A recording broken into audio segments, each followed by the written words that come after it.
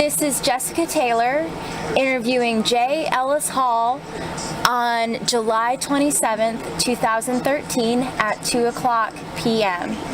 Mr. Hall, can you please state your full name? J Ellis Hall. Okay, when were you born? May the 15th, 1918. Okay, and what were your parents' names and occupations? Hansford A. Hall. My mother was Marjorie, and we lived at Ordinary, was our post office. My dad was in the sawmill business and farming over the period of years. We had 5 boys and 1 sister, and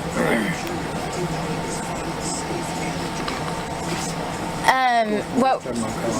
I'm sorry? So a lot of them have gone now. So. What did your brothers end up doing? Well, I've got one brother that was in the salesman business, and he was in Chicago for 50-some years, and then he moved back to Gloucester a few years ago. But he was very successful in that business. I had another brother which was locally, and he ran on Cow Creek Mills. Ran it for Mr. E.W. Noble, and he worked for him for quite some time. Then I had a younger brother that was Texaco distributor over in Middlesex County. And I had a sister that was 10 years younger than the youngest brother. And of course, she lived in a home place and is still there today. So that goes. Wonderful. So what are some of your earliest memories of Ordinary? People were very friendly, and they helped each other. If somebody had a problem, or as a fire or needed help or anything, the community was very friendly and would respond to their needs. And it was a very well community oriented, and they were willing to help anyone, and that was the attitude of most of the neighbors. Do you have a specific example of that you have in mind? Yes, I had in our, of course, I come from a real large family. My dad had 16 brothers and sisters. Of course, he was married twice. And my grandmother had twins when he was 75 years old. And most of them were farmers, and when they would, in the summertime, when they go to harvest their crops, we'd all go to one place and help to harvest the crop. And of course, I can remember the good food that we used to get, the fried chicken and the butter beans and tomatoes and all that kind of stuff. And that was something that they looked forward to get together at that time and help one another. What is your earliest memory of Main Street here? Well, when they used to have a fair here at Edge here, I used to come to the Broaddus and fair days, and of course a lot of times when they had court, because they'd have it open here, and to know what's going on, you would come up and listen to what was going on, and especially those that were trying to run the county, you might say. They want to get recognition, so they'd come up and expose themselves and get them. So a lot of times people would question them on why they had certain things that they wanted to do. And this course was enlightening to keep up with what was going on in the county. Absolutely. So what were some of the issues that they were talking about at that time? Well, of course, there was election of the clerk, and also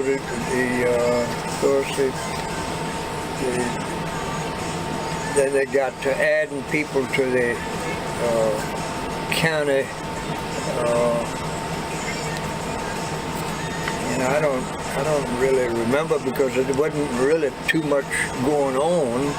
Oh, then they establish the courts that people get their marriage license and pay their taxes, and they'd have court days that they would have a trial, and they'd have that ready at the courthouse.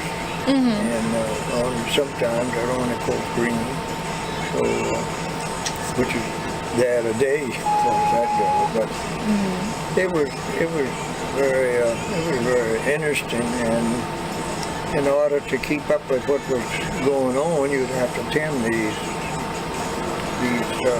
affairs. Like even when somebody was running for election, that's the time that be in the court green most of the time and give a little talk about what they would do and what they would do for the county to see them. And so it was very interesting. Do you remember any of the festivities that surrounded court day? Only thing I can remember is somebody giving a political talk or a trial of someone, and some of them were interested and some of them were pretty dull. That's fair enough. Where were the other gathering spaces besides the court green? Well, it was, I guess at Gloucester Point. Gloucester Point, which the ferry used to, the steamer used to dock there and carry freight from Gloucester Point to Baltimore. And that we'd all go down and see the ferry, the steamer come in, and they would do their shipping from that. And then it was a large building there at Gloucester Point built that I didn't realize it, but the county owned it, and it was kind of a hotel, and the proceeds from the county, from the hotel would go to the county. And I remember the Robbins people ran it, and of course several people over the period of years. And I remember that I used to go down on Sunday afternoon because I had a drugstore there, and all the kids would gather there, and we'd go swimming, diving off the dock, and so it was quite a get-together for the young people on Sunday afternoon. And then, of course, they had a dance hall there, so during the week they'd have dances, and when I got a little older, of course, I would go down and get involved in that. So that was a gathering place for people. That's wonderful. Do you remember when the Edge Hill service station came? Do you remember when the Texaco station was built? No, I really don't. I remember when it was built, but I don't remember the date. Okay. Do you remember going there to get gas or for other reasons? Oh yeah, because there's only a few gas stations in Gloucester, and that was the main part there. You don't stop Jack with these Brown dates, is the first gasoline or the distributor that I realized, remember what he was doing. How did your brother get involved with the Texaco distribution? he was his uncle, which was Herschel Shagford, his wife's uncle, owned the Amico distributor at Gloucester Point. And he told Francis that to check in to see,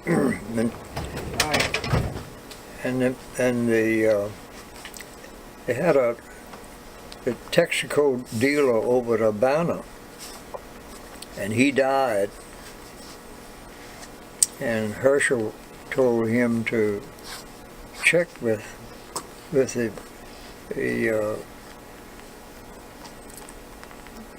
well, in fact, he got in touch with the chairman of the board, which had a home over in Matthews.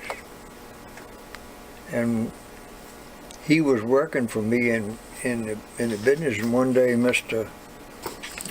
Good Lord, I can't even think of his name.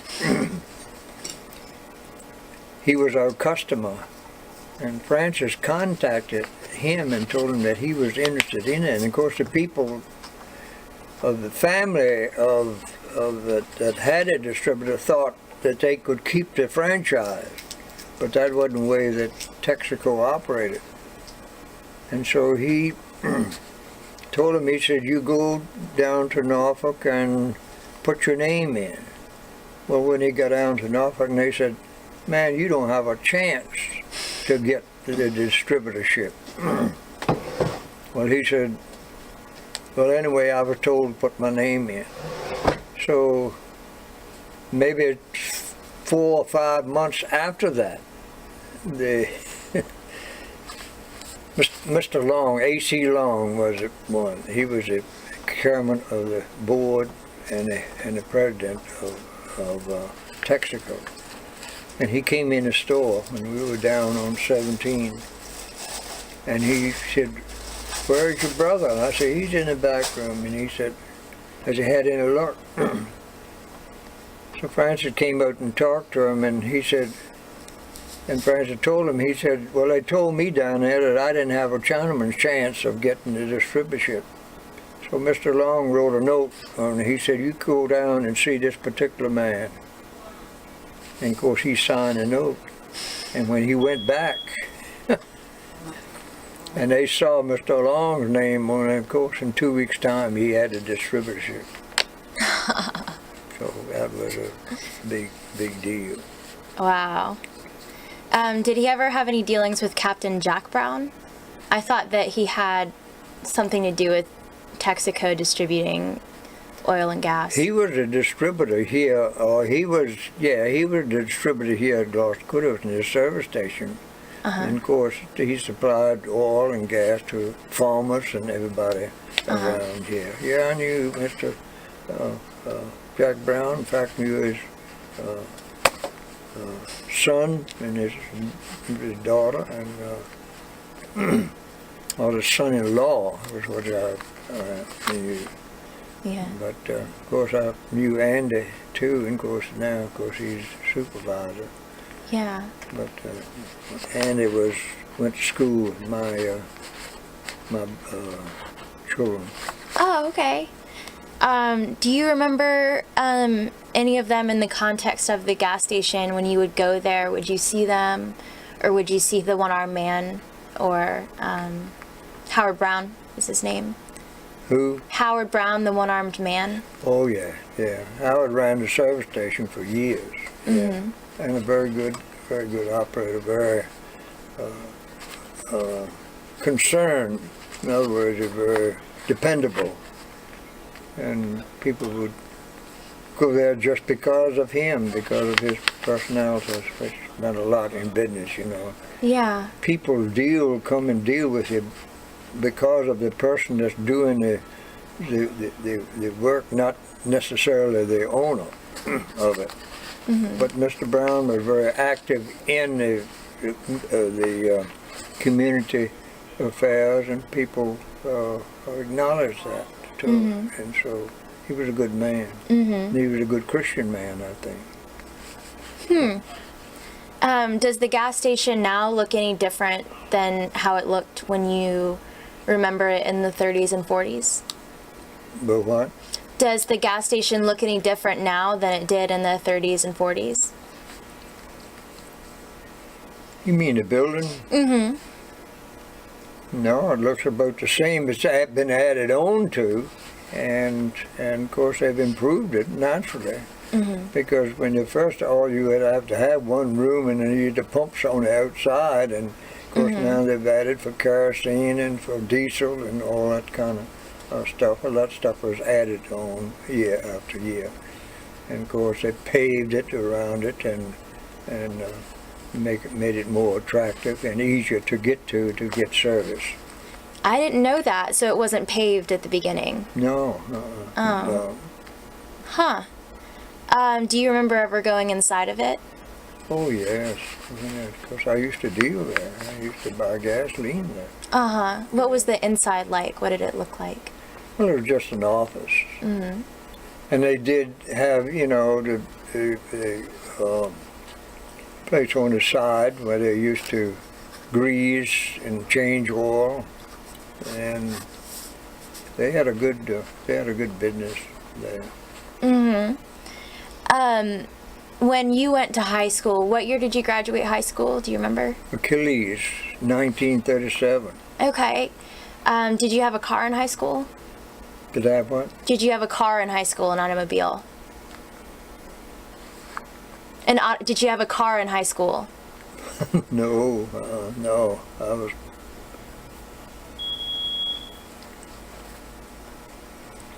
I think I was a year out of school before I got a car. What was your first car? Model T Ford. Really? Yeah. In 1938? And it was a 1925 model. Wow. And the next one was a Ford, a 1930 model. When did you get that? I don't remember the year, but I think I was probably 19 at the time. Mm-hmm. In fact, the first Model T I had, I went to Matthews. It took me all day to go over there and come back, and I had 2 flat tires going over there and coming back. But today, of course, you can be there in a half an hour. Where did you buy it? Where did you buy it from? George Lawson that used to run the Ford place here in the county. Mm-hmm. Did your parents have a car? Yes, we had a car. When did they get theirs? Well, they had that when I was.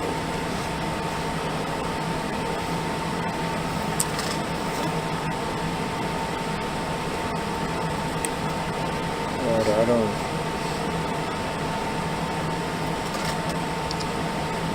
So I was about 5 years old, I guess, when they got a car. Before then, of course, we used horse and buggy and mules.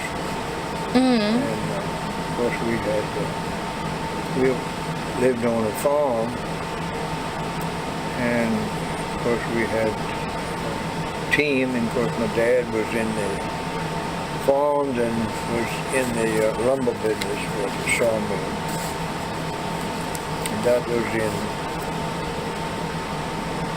37, probably. Well, really during the Depression, in the late 20s, that I remember. Mm-hmm. Do you remember how Prohibition affected the county? Not really. I don't think that I remember anything about that, other than I remember one man was desperately against it. And when they put it up for a vote, he came down and voted for it and didn't realize, I thought he was voting against it. So that was quite a shock when he found out that he voted the wrong way. That's wonderful. When you were a child, did your parents ever take you on trips to Richmond or Newport News or Williamsburg? Oh yeah, we'd go to Newport News because a lot of times we went to doctors down there, as I can remember. And of course they have a place in Newport News, the Museum Park. When they first built that, that was quite something to, people to go to visit. And we do that on Sunday, sometimes Sunday afternoon. Would you go there with the team, or would you go there in a car? We'd go there in the car, but that was later on. Okay. They added things to it. No, we wouldn't drive that far. This may be a silly question, but how far could you go with a team? Well, I remember my dad buying a team of mules, and he had to go to Richmond to get them. And he drove them all the way from Richmond down there. It took him 2 days. He drove from Richmond to New Kent the first day, and the second day, of course, he drove and got here in Gloucester. So that was quite a time. Wow.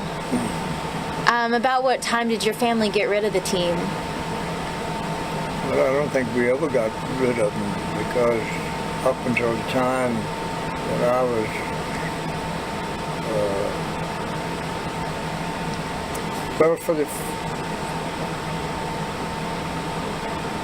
we all worked at the sawmill up until 37, probably 1937. And then, of course, I went to Newport News and worked in the insurance business. But my dad was still in the lumber business, and he stayed in the lumber business till during the war. And during the war, they come and the Navy mine over and hired everybody from the mill. So he didn't have enough to help him to run the lumber business, so the guy from Navy mine came and said, "Mr. Hall, we've taken all your employees. You just will come on over and work for us." So that's what he did. He went over at Navy mine and run the sawmill over there for years. How did he feel about that? How did he feel about that? Well, he didn't like it because it hurt his business, but that was a war, what they call a war effort, and so naturally we wanted to support, or he wanted to support that. My dad was a very generous man. If it was right, he was for it, and he'd work towards it. But a little incident, he was running the sawmill business over there, and his boss came up one day and told him, he said, "Mr. Hall, you're going to have to cut down on what you're doing." He said, "What do you mean?" He said, "You're cutting too much lumber." He said, "Well, what am I supposed to do?" He said, "Just do anything." He said, "Because you got to cut down." And he said, "Well, I'm not used to getting paid for sitting around or hiding from the boss." And so he did it for a while, and finally couldn't stand it. He quit and come home. Wow. Because he said he wasn't going to hide from any boss. He was proud of what he did. He was paid for an 8-hour day. He was going to work. He was going to do something. I remember that. How else did World War II affect Gloucester? Well, I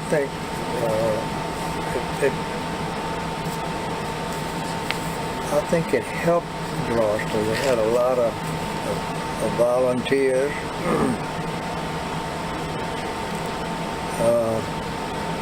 And it Navy mine, of course, and Fort Eustis and places like that. That's where most of the people worked. And so it was a boost to the county because people were hired. I mean, they had a place to work. Because used to be a lot of the farming in Gloucester County, and of course they kind of got away from that during the war. So they worked over to Navy mine, and that was good for Gloucester all the years that the war was going, even after the war, because it still continued. A lot of people. In fact, I remember when they built the parkway. My brothers worked over there and helped build the dams and the bridges over there. Wow. And that was in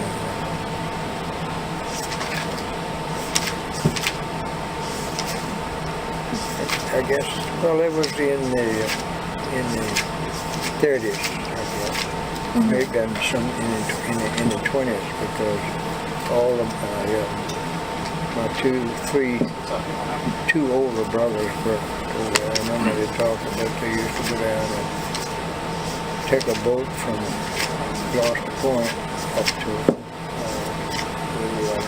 where they were building the dams. The highway. And of course, it's a beautiful parkway. And they built it well because it's still today a lot of people use it. Did you ever go to Roswell when you were a kid? Oh yeah. What did it look like? Well, when I went there, of course, first time I went there, they had a fire then, and it was just the building was still standing, but it was, and then when people used to visit there, they would go there, and because it was historical, they would take, a lot of the time, they get bricks from there to finally they had to stop it there and put people would carry the stuff off, but they were using it for souvenirs, but not any that it was a lot of valuable, with everybody going in and taking up, getting a piece for a souvenir or something. It was actually taken away from the building, but it was a very prominent place there. Yeah. But the governor used to visit, and I think George Washington met people. Did you ever hear anything about the Roswell fire at all? How it happened and... No, I don't Yeah. remember how it happened. This is a long shot, but did you ever know anything about the Fairfield fire, the fire that burnt down the Fairfield plantation? No. Thought I'd ask. No. That's okay. So when you're in high school, in the mid-30s, you don't have a car. How do you learn how to court women? How does dating work?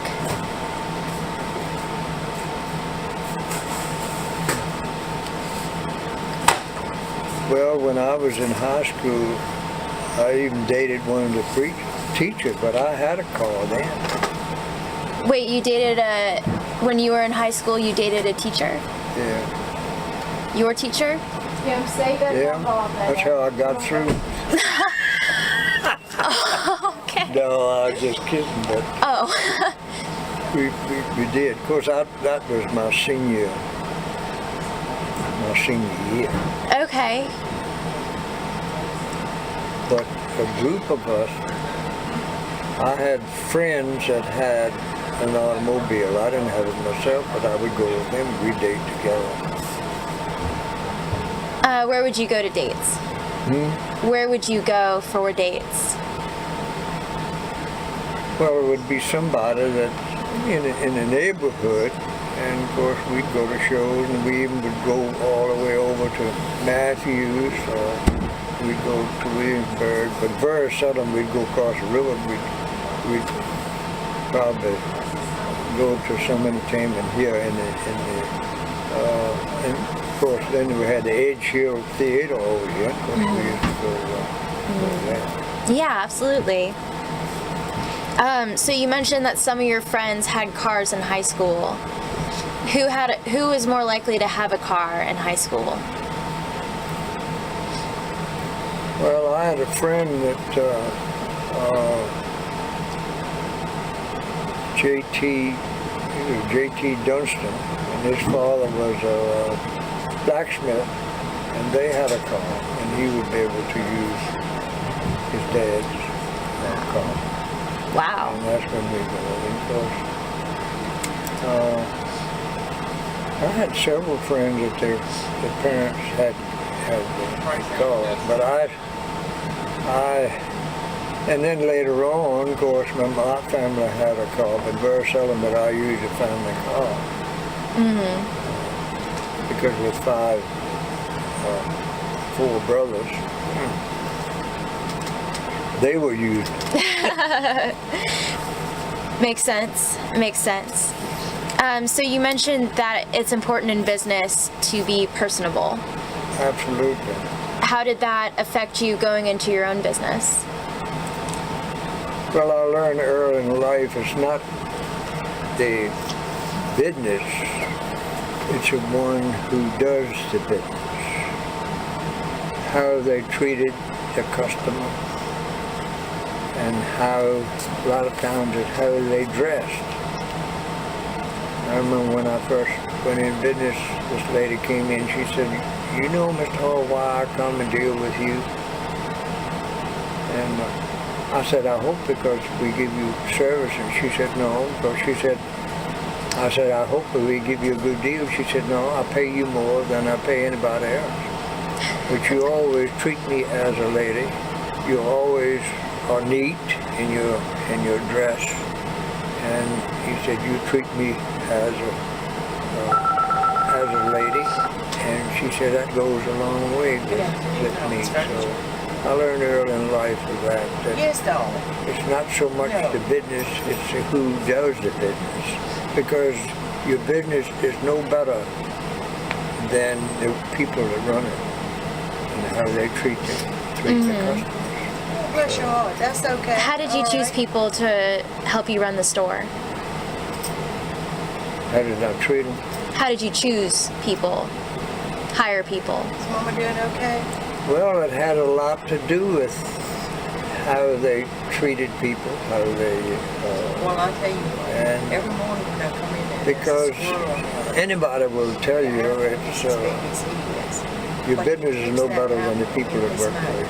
And he is running across there. And we I don't know where he tried carries it to hide it. maintain that. But I swear they're the Person had cutest to be things with their big courteous apples. and Yeah, and he's just treated trucking right along. people like they should be, just like you deliver, just like Sheen has these people deliver now. They treat people like you should want it to be treated, and they were nice to them. And that July. you build your business Marianne had a tree on that. down there in her yard, and she used to bring me some. I tried to uphill them and because quarter people them know and wash them and shake the water watch off the and way drop that it you in a run gallon zip-top your like bag. business. I take And 10 apples, so that makes 40 pieces. And it fits it's in my just so many dishwasher. little things Get that ready people to pay go. attention to that a lot of Some people, a cinnamon lot of and times sugar they and butter don't on today. Cook them in the microwave. Yeah. In other words, And just like when I think I used my I last was bag. running this store, when a When we person had came in that something door, different. I made It was sure Easter. So, that somebody, even if I was waiting on a well, customer, Marianne usually gives they me some. acknowledge I him, don't know "Good to whether see she's you, got- and I'll be with she you had in a little few tree, minutes." Of course, she won't You let go me in one some lay of on the that stores ground today 5 and walk minutes. If around, it and first thing you falls, know, she's I've there seen to get people it. leave because Oh, they because she weren't said the recognized. hornets and all, bees get it. Even if you couldn't wait on them, you can say, "Ain't in restaurant." I was sitting in a restaurant up here the other Sunday, and a man and his wife came in and sat at the next Yeah. table. I knew him. I went over and shook hands with him. Well, y'all have to come up church And they tomorrow sat there tell them and we're sat supposed to there. have a And finally they squash got up cook-off. and left and went up the street to another another restaurant. And I saw him at the Rotary Club, and I said, what happened? He said, well, I like to be recognized. He said, we sat there for 15 minutes and nobody paid attention. Nobody even spoke to him. Up there now. From a bright summer hat to a I can't imagine that, because that's very important. People like to be recognized. Absolutely. I guess I've stopped. So how did you treat your employees? How did you treat your employees? Squash and onions together. And Well, to give you an example, cream of mushroom seed. Gene was with and us an for 8-ounce 35 container of years. sour cream. And when I sold the business, Stir it all up and cook it in the man kinda agreed cooked together, I on the guess. price. And then she takes those But I little said, I have one more bag thing. of onions, You have to dried onions, and sprinkle take on the top. employees with it. He said, I don't need the employees. I got my own employees. I said, Yeah, well, that's after the she only way puts you're going to everything get the together. business. And I she said, if you don't take the she employees. bakes it a while So they- before she puts the onions on it. And I told him, I said, you can't do onions without it. too I said, soon, Gene knows they'll everybody in brand too Gloucester, much. Matthews, Middlesex, So I'm around. I said, I know. anybody, you can ask anybody in the community, they know Yeah, who you Jean could- you is could. because she knows how to treat people. I don't know that I'm gonna fix it all the way, but I'm going. And I said, she'd Yep. be an asset Elsie to you. gave me a little That chop same off man one came year. back to me and he said, Mr. I want to thank you I don't know whether for we did insisting the that trailer I or take whether the we moved employees. over the house, but I guarantee I've Because, had that over 40 Oh, years. she runs the place. And And we of still course, had he's it in the got a box. I've business in used it Newport once, News. He twice. But I seldom tell you comes what, I don't over know here how because I I know missed they out talk on on the using that little telephone. thing. Because I washed the squash and cut the ends We off. thought a lot of cut 'em our in both employees. They were pieces. friends of ours. They went And you to lay church it on with that each little other. grate and kind of slam the it top was- down. And you get We all were, it's the same anybody, size. if makes if everything they cook. had a problem, well, Good then and it was even. our problem. I love that little chopper. And I told Rich Finger every We night. helped them as much I as think I used it like much 3 as we times could. last week doing something. So where was your supply coming Slam from that top when you down. first opened your business? Yeah. Well, they had with General Electric, and they had a warehouse in Richmond, and we would go up and pick up our appliances. And of course, That's when we all right. sometimes we bought a trailer load, How long you gonna stay? and after we got to doing business, they delivered to us. We didn't have to go after it, but we'd go to Richmond maybe sometime twice a week to pick up merchandise. Because although we had a large inventory, you kept building, All right, Claire. and She'll get like we didn't have to go back Dorothy. to it. And like I She'll said, want you then to stay all the time. towards the last, we would buy Oh, a tractor trailer load at one time, you know, you get a Lord better have mercy. price and get it delivered to you, Oh, so dear we Lord. save freight or save gasoline and going to bed, picking Yeah. it up. you go And take care of them, besides, sweetheart. The time it'd take you All right, all day to dog. go to Bye-bye. Richmond, get a load and come back. So when did you did you start the business in Main Street? Started in that gray building across the street over there. That's where we started. And then we started to handling furniture. And it wasn't big enough, so we went down to on 17, down here where I forget what the building is now anyway. That's a beautiful front. They changed it. And we Goodman's, built a isn't it? 10,000 square foot, huh? Goodman's, isn't it? Yeah, it's Goodman, yeah. And we built a 10,000 square foot store there, and we were doing okay. And then they decided to add another lane to 17, took off 50 feet off the front of our store. You know, we were right back where we started at, so then we came over here and bought this lot here and built this store. 10,000 square feet. And that was in, I think we moved over here in 60. Okay. So you've really experienced Main Street as a businessman since Oh, the yeah, 40s. We started across there in 40. I went in business with Willie Broaddus in 1948, 1st of 48. That's when we because when I came out of service in 45, and I was in the insurance business for a couple of years. Mm-hmm. I had my office over there. That's how I got to know him. Mm-hmm. And he wanted me to come to work for him. I said, no. I said, but if I leave the business I'm in now, the insurance business, I said, I want to go in for myself. And he said, in other words, you want part of the business? I said, that's the only way I'll come. So he said, I'll have to think about it. So in a couple of weeks, he came back and he said, I need somebody. So Yeah. we took inventory, and I paid him half of what and I borrowed money to buy half of the inventory, and then we rented from him. Mm-hmm. And of course, when we went down there, of course, we went as partners, came over here. Mm-hmm. And then we built the rest of the shopping center, one store at a time. How have you noticed that Main Street has changed over time?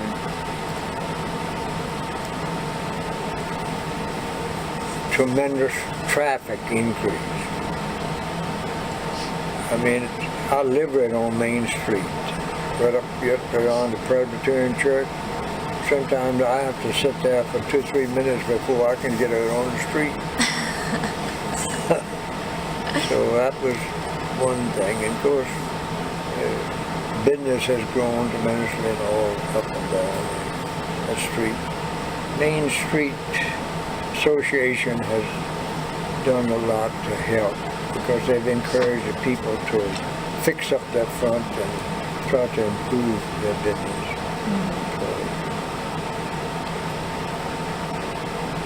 And they are very well pleased with what we are doing now. But the county comes up with new ordinances and new rules every day, so it made it kind of tough on them. Slowed the business down. I understand. Do you miss the grocery store and the drugstores that were up the street? Things that were more practically... Well, it was a grocery store here when we moved over here, A&P. Mm-hmm.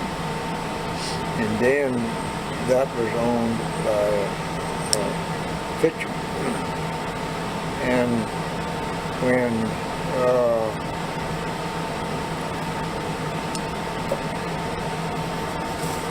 Mr. Fitcher, but I guess was getting old, he wanted to get out of business, so I knew that I wanted to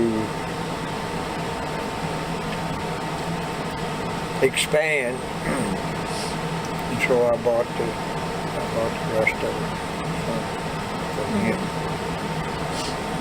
That's great. Can I ask you about your time in the service? Is that okay? Hmm? Can I ask you about your time in the service? Yeah, I spent almost 3 years in India, and well, in fact, I was drafted in Newport News when I was in insurance business, and I was sent to Jefferson Barracks, Missouri for my basic training. And then I went from Jefferson Barracks to Salt Lake City for training, and then I was sent to McGowan Field, Boise, Idaho for the rest of my training, and then I was shipped from Boise, Idaho to Hampton Roads, and that's where I went to Oran, North Africa. That's where I landed. I went from Oran to Algiers, and I went from Algiers to Bombay, India, from Bombay, India to Calcutta, India, and then from Calcutta, and at Calcutta, India, that's where we extended the B-29, the runway, so the B-29 could take off to go to Balmoral. there. And then I went from Calcutta to Myitkyina, Burma. And I went from Myitkyina, Burma to Kunming, China. And that's where I had enough points to get out. And so I got out. What branch were you? Engineer, 930th Engineer Aviation Rate. What we did, what we were supposed to do, we built runways. And what we trained our battalions to do was build fair weather strips in between the artillery and the front line. And that wasn't a very good place to be because they were shooting over your head. But that's what we did. Were you involved in any action? Well, the action, of course, we were in Myitkyina, Burma, and that's where the Broaddus were. But our main thing was to maintain runways. And of course, we were subject to raids all the time. So until we didn't have any raids over when it got to Kunming. But we were constant in Myitkyina there. We would have constant raid because that's where Broaddus were. Those Japanese were after them. In fact, I wrote my wife and told her I didn't think I'd gonna ever be able to come home. Because all we heard was Tokyo Rose. The Japanese, of course, had the air, more or less. We couldn't get anything through, but because their broadcasting was so much stronger than what we had there. And all you had Tokyo Rose would come on and say, "You boys over here, fighting there. The snakes and all the problem over here," and said, "Your wife is probably at home going out with a 4F. And when you hear that all the time, and we had some that really, one guy went nuts. I never forget that. He just lost it. He couldn't take it. What happened? What happened? Well, they sent him back, but I understand that he never did regain. At last I heard from him, he wasn't doing too well. He just lost his mind. We just preyed on him night and day. Yeah. Did you have trouble adjusting, coming back? Not really, because I had my boss in the insurance business. I knew that I had a job. I didn't worry about that. So just the biggest thing in the whole thing, I never got wounded or anything like that. I was on the raids quite often. I never got hurt. But just being away from the family for 3 years, that was rough. And when I went in service, my youngest boy was only about 6 months old. How did your family receive you when you came back? They were glad to see me. And I was awfully glad to be home. Okay. Because we have a large family, and over on my wife's side as well as on my side. And we're still family oriented. Yeah. I'm sorry to ask, when were you married? 1941. 1941. Was that just before you went in? Yeah. Okay. What did your wife do? She was a teacher here. And I knew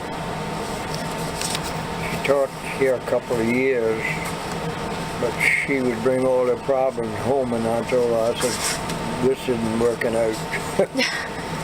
So she left the teaching business and went to, she was had something to do with the finance of at NASA, and she worked there until we started raising a family. Wow.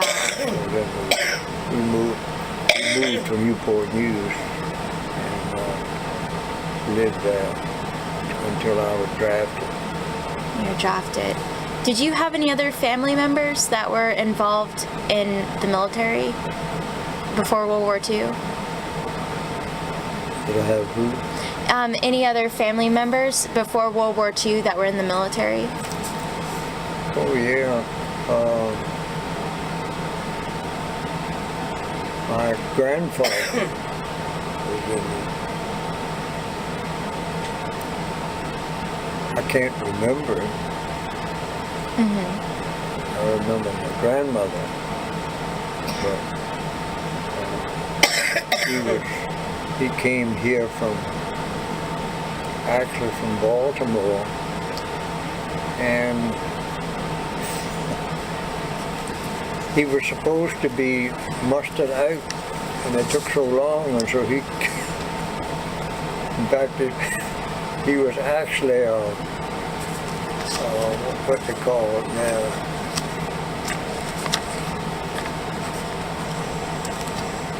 I can't remember. Anyway, they never did anything about it, but he came here and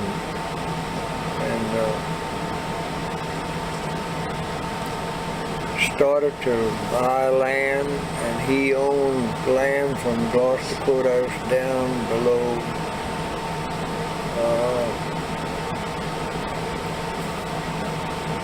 where it used to be Lambeth's Mill. I don't know whether you remember where that is. Is that near Belroy? What they call it, Glebe. In fact, the place I never called Hall Town. All that back there was my grandfather. From there, clear up to Gloucester Courthouse. Wow. So was he in the Confederate Army? Is that what I was? I think evidently that was. Okay. Yeah. Okay. Well, I think that's all the questions I have. Okay, well, that's. I'm sorry I haven't been much help, but